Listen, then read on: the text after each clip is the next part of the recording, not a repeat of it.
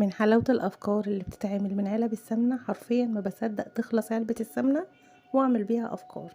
ودي فكرة من الأفكار الحلوة قوي اللي أنا بستخدم فيها علبة السمنة. دي علبة السمنة ال2 كيلو. هبدأ أغلفها كده من جوه. ثبت القماشة على الحرف ودخلتها لجوه، ودي قطعة كرتون عادية جدا غلفتها بقطعة قماش، وهبدأ أثبتها في القاعدة الداخلية بتاعة العلبة. وقطعة القماشة دي بقى هعملها ليها كفر من بره.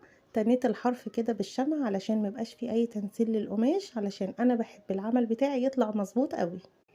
بعد ما هتني الحرف بتاعها كله هبدأ اثبتها على علبة السمنة كده من بره، وهسيب زي نص سنتي من اللون الاسود بتاع الكفر الداخلي باين. ده بيديها شكل حلو او بيديها شكل مظبوط اكتر. وما تنسوش ننسق الالوان زي ما بقولكوا كل فيديو، عشان ده بيفرق اوي في الشكل النهائي. هنا قبل ما اقفل الجنبين على بعض هتني الجنب كده برضو، وده هيفرق معايا في الشكل قوي.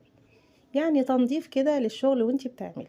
وهنثبت الجنبين على بعض كويس قوي، ونقلب بقى العلبة كده على وشها، ونبتدي نشد كل الزيادات دي على القاعدة من بره.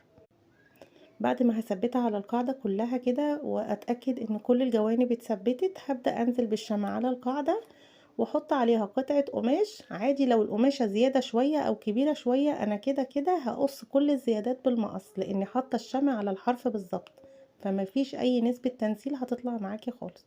ودي طريقة حلوة قوي للتغليف.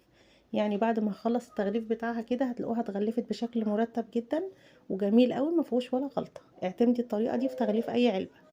الخطوة دي بقى اللي هتظهر الشكل النهائي، وهي خطوة ان انا احط فيها اليد بتاعتها. استخدمت قطعة من الجلد، كانت حزام شنطة قديم.